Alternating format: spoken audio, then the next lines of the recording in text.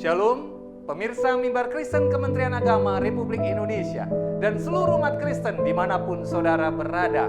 Tanpa terasa, kita berada di ujung tahun 2020, tanggal 31 Desember tahun 2020. Kita bersyukur Tuhan masih perkenankan kita untuk boleh mengikuti Mimbar Kristen Kementerian Agama Republik Indonesia edisi khusus Malam Tahun Baru bersama Gereja Suara Kebenaran Injil, Pendeta Dr. Erastus Sabdono. Saksikan dan ikutilah. I will call upon the Lord, who is worthy to be praised. So shall I be saved from my enemies. I will call upon the Lord. I will call upon the Lord. I will call upon the Lord, who is worthy to be praised. So shall I be saved from my enemies. I will call upon the Lord. I will call upon the Lord. I will call upon the Lord, who is worthy to be praised. So shall I be saved from my enemies. I will call upon the Lord. The Lord with me, and blessed be the rock, and let the God of my salvation be exalted. The Lord with me, and blessed be the rock, and let the God of my salvation be exalted. The Lord with me, and blessed be the rock, and let the God of my salvation be exalted. The Lord with me, and blessed be the rock, and let the God of my salvation be exalted. The Lord with me, and blessed be the rock, and let the God of my salvation be exalted. The Lord with me, and blessed be the rock, and let the God of my salvation be exalted.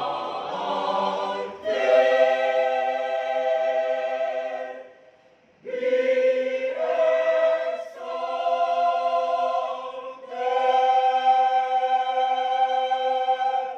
Praise. Shalom saudara sekalian, para pemirsa Mimbar Kristen, Direktorat Jenderal Bimbingan Masyarakat Kristen. Kita akan mendengarkan firman Tuhan. Untuk itu mari kita berdoa. Bapa di dalam surga, berkati pemberitaan firman Tuhan ini. Dalam nama Tuhan Yesus Kristus. Amin. Saudaraku sekalian, satu hal yang harus kita sadari bahwa semua kita ada dalam perjalanan waktu. Perjalanan waktu ini adalah perjalanan yang sangat ketat dan absolut. Ketat artinya dari detik ke detik, menit ke menit, jam ke jam, dan dari hari ke hari berlangsung dengan tetap konsisten. Satu hari masih tetap 24 jam, kapanpun. 1 jam masih tetap 60 menit, 1 menit masih 60 detik, ya, 1 menit masih 60 detik, saudaraku, dan seterusnya. Saudaraku sekalian, perjalanan waktu kita ini absolut. Absolut artinya tidak ada yang dapat menghentikannya. Tuhan Yesus menyatakan bahwa hanya Bapa yang dapat menghentikan perjalanan waktu ini. Ketika Bapa menghadirkan kerajaan Putra Tunggalnya, kerajaan Tuhan Yesus Kristus, nanti, yaitu pada kedatangan Tuhan Yesus kedua kali, dunia ini baru berakhir. Nah, saudaraku sekalian, semua manusia harus tunduk takluk pada realitas perjalanan waktu ini. Dan seperti yang tadi saya kemukakan, tidak ada yang dapat menghentikan perjalanan waktu. Nah, fakta ini mestinya menggetarkan jiwa kita. Orang yang tidak tergetar oleh realitas ini, pasti tidak mengerti kebenaran dan tidak mempersiapkan diri menyongsong hari kematiannya atau menyongsong kedatangan Tuhan Yesus. Sementara ada dalam perjalanan waktu, saudaraku, setiap kita telah memiliki porsi waktu yang sudah terbatas. Porsi waktu umur manusia itu berkisar pada 25.500 hari sampai 29.000. Oke, saya bulatkan. Sekitar 25.000 sampai 29.000 hari. Sesuai dengan Mazmur 90 ayat yang ke-10. Umur manusia 70 tahun, Anda bisa menghitung. Setiap hari, satu persatu hari hidup kita gugur dan tidak dapat kembali lagi. Seperti daun kering yang jatuh ke tanah dan membusuk.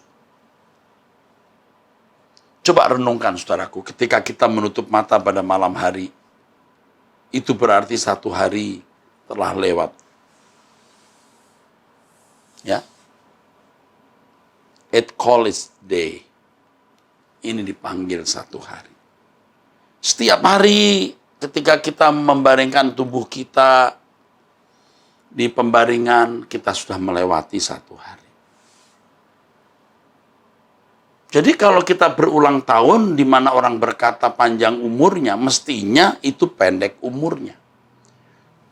Bertambah umur kita berarti kurangnya durasi waktu umur hidup kita.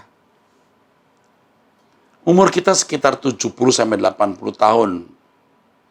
Kalau seseorang hari ini usianya 40 tahun, sisa waktunya tinggal 10.900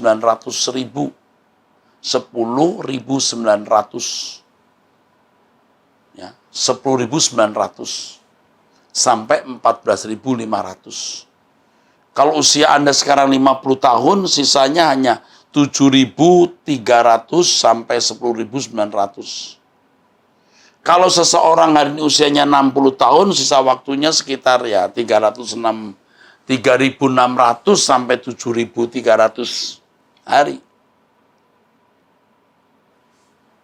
Jadi ketika usia kita sudah mulai 50 tahun, ini ibarat matahari sudah mulai ada di ufuk barat. Di bagian barat mau tenggelam. Perhitungan ini pun kalau perhitungan normal. Kalau bisa mencapai 70-80 tahun, sebab faktanya banyak orang yang belum usia 60 tahun sudah meninggal. Bahkan pemuda, remaja, anak-anak pun bisa meninggal. Nah, menghayati perjalanan waktu ini, mestinya ada kegentaran, saudaraku. Ini fakta yang dahsyat. Sebab manusia mengalami penuaan dari proses perjalanan waktu itu. Dan di ujung proses penuaan itu kematian. Dan setelah kematian itu ada pengadilan Tuhan. Jadi kalau kita memiliki rambut sudah mulai putih, gigi kita mulai tanggal, kulit kita makin keriput, itu alarm. Itu alarm, peringatan. Bahwa waktu kita itu tinggal sisa sedikit. Ingat, setelah kematian seseorang harus menghadapi penghakiman untuk menentukan nasib kekalnya. Penghakiman ini adalah realitas yang sangat dahsyat. Ya, realitas yang sangat dahsyat. Sebab penghakiman ini tidak berbelas kasihan sama sekali. Nah, di sini kita melihat ketegasan integritas Allah dalam keadilannya. Bahwa apa yang ditabur orang juga akan dituainya. Nah, bagi saudara yang mempersiapkan diri menyongsong hari penghakiman, ya, saudara tidak takut. Tetapi saudara yang tidak mempersiapkan diri menyongsong hari penghakiman, Hari penghakiman merupakan hari yang menakutkan. Tetapi kalau kita mempersiapkan diri hidup dalam kehidupan yang tidak bercacat, tidak bercela, dalam pengabdian kepada Tuhan, itu hari penghakiman menjadi indah. 2 Korintus 5 ayat 9 dan 10 berkata, sebab itu juga kami berusaha baik kami diam di dalamnya, di dalam tubuh ini maupun kami diam di luarnya, supaya kami berkenan kepadanya. Sebab kita semua harus menghadap tahta pengadilan Kristus, supaya setiap orang memperoleh apa yang patut diterimanya sesuai dengan yang dilakukannya dalam hidupnya ini, baik ataupun jahat. Jadi tidak gratis hidup ini, saudara. Jadi seiring dengan perjalanan waktu itu seperti argometer taksi. Ada harganya. Yang kita harus bayar apa? Berkelakuan sesuai kehendak Allah. Jika tidak, Anda nanti akan membayarnya belakangan hari. Nah, pertanyaan penting yang harus kita tujukan kepada diri kita sendiri, apakah kita sudah sungguh-sungguh berkenan kepada Allah? Ya, di dalam surat 2 Korintus 5 ayat 9-10 ini, Rasul Paulus berkata, supaya aku berkenan. Berusaha supaya berkenan. Nah, saya tanya, saudara sudah berkenan belum di hadapan Tuhan? Nah, banyak orang hidupnya belum berkenan, lalu berkata, enggak apa-apa nanti urusan belakangan. Wah, kalau soal jodoh bisa ditolerir. Anda tidak mendapatkan jodoh hari ini, bisa dapat jodoh nanti. Anda gagal mendapat si C, Anda bisa dapat si B. Tetapi kalau saudara gagal menjadi penghuni kerajaan surga, Anda mau kemana? Tolong deh, kita mesti memikirkan ini dengan serius. Saya khawatir ya, rohaniwan pun juga lupa bahwa suatu hari dia akan berdiri di hadapan tahta pengadilan Kristus, dan Tuhan Yesus tidak menilai bahwa jabatan pendeta atau jabatan kerohanian itu memiliki nilai di hadapan Tuhan. Enggak, yang memiliki nilai itu manusia batiniah kita. Manusia batiniah kita yang di dalamnya apakah kita melakukan kehendak Tuhan atau tidak. Kalau tidak, seperti yang di Matius pasal 7 ayat 21-23, Tuhan berkata, aku tidak kenal kamu.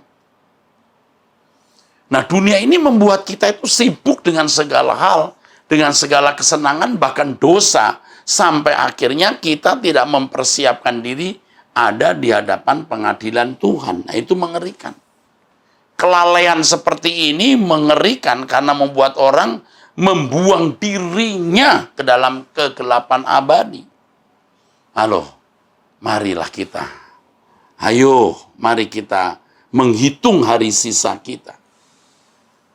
Ya, kalau seandainya sebuah bangunan, apakah kita telah membangun dengan baik supaya pada deadline-nya kita bisa sungguh-sungguh telah menyelesaikan. Ibarat lukisan, apakah kita sungguh-sungguh telah melukis dengan indah dan pada akhir hidup kita telah tergambar lukisan yang indah. Sehingga lukisan itu kita bisa bawa kepada Tuhan. Oleh sebab itu prinsip hidup kita sekarang hanya satu. The smile of God is the only goal of my life. Senyumnya Tuhan itu tujuan hidupku. Sehingga pada waktu kita berhadapan dengan Tuhan suatu hari, Tuhan tahu bahwa kita serius mencintai Dia, kita serius mengasihi Dia. Banyak orang hanya mencari senyumnya sendiri, kesenangannya sendiri, tapi tidak mencari senyumnya Tuhan atau tidak membuat senyumnya Tuhan. Celaka ini, saudara. Saudaraku, kita harus memikirkan dengan logis dan jujur serta realistis.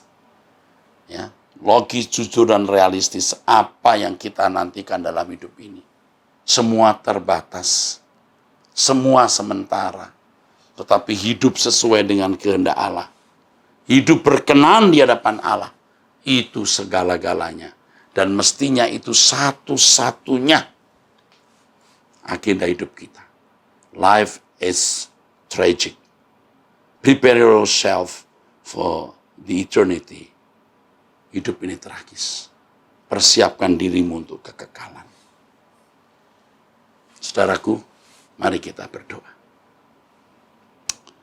Bapa kami di dalam surga, kami menyerahkan bangsa negara kami ke dalam tangan Bapa.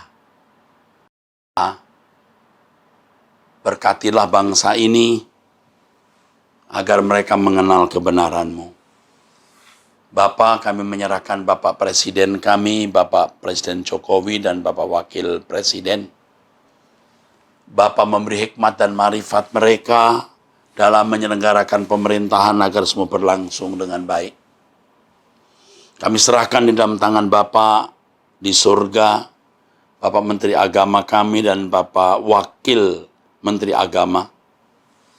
Ya, Bapak Menteri Agama kami dan Bapak Wakil Menteri Agama kami, Bapak juga berkati dalam menjalankan tugas-tugas pemerintahan, agar semua dapat dilakukan sesuai dengan kehendak-Mu. Bapak, kami menyerahkan dalam tangan-Mu, Bapak Direktorat, Bapak Dijen Bimas Kristen, ya, Bapak Thomas Penturi. Bapak, kami mohon berkat-Mu atas hamba-Mu ini, dalam menjalankan tugas sebagai Dijen Bimas Kristen,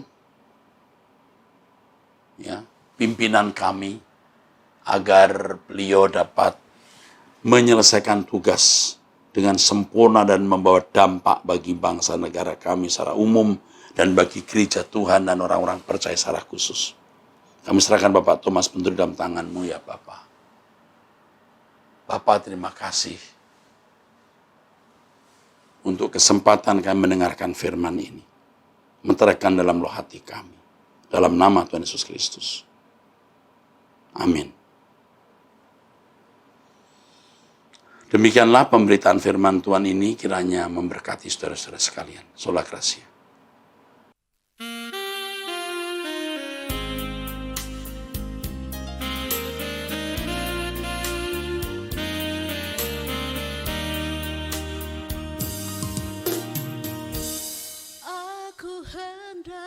Bersyukur kepadamu dengan segenap hatiku. Aku selalu bersujud ke arah bait-Mu yang kudus. Aku hendak bersyukur sebab kasih-Mu kepadaku. Aku selalu bernyanyi tentang perbuatan tangan-Mu yang ajaib, sebab kasih setia-Mu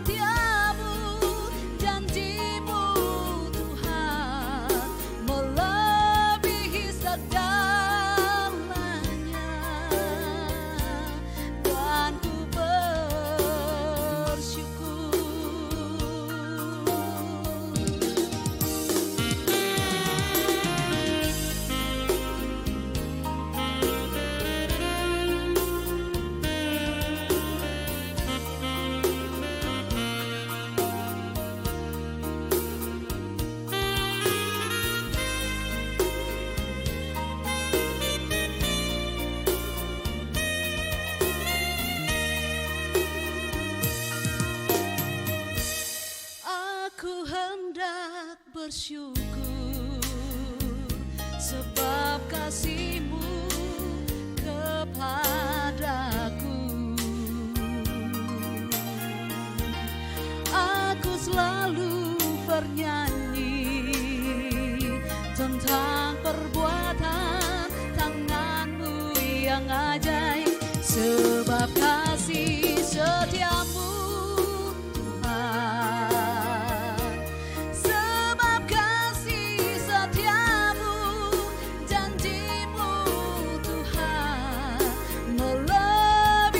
segala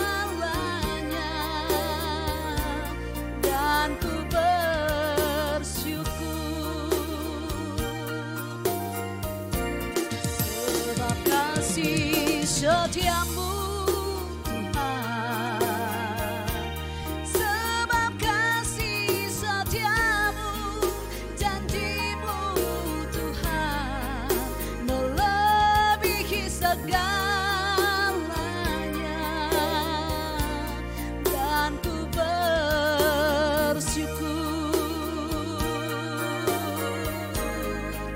melebihi segalanya, dan ku bersyukur.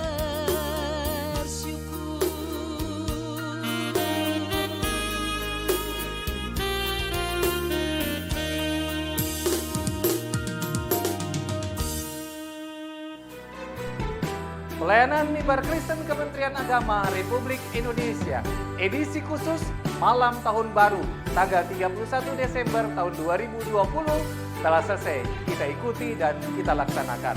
Kami, atas nama tim Mimbar Kristen Kementerian Agama Republik Indonesia, mengucapkan terima kasih kepada Bapak Pendeta Dr. Erastus Sabdono, Ketua Sinode dari Gereja Suara Kebenaran Injil, dan puji-pujian yang sudah diperdengarkan. Biarlah semua ini menjadi kekuatan kita untuk memasuki tahun baru, tahun 2021. Tuhan Yesus memberikan berkat buat kita sekalian. Mari kita terapkan protokol kesehatan dalam kehidupan kita sehari-hari, baik ketika saudara berada di dalam rumah ataupun ketika saudara berada di luar rumah. 4M, menggunakan masker,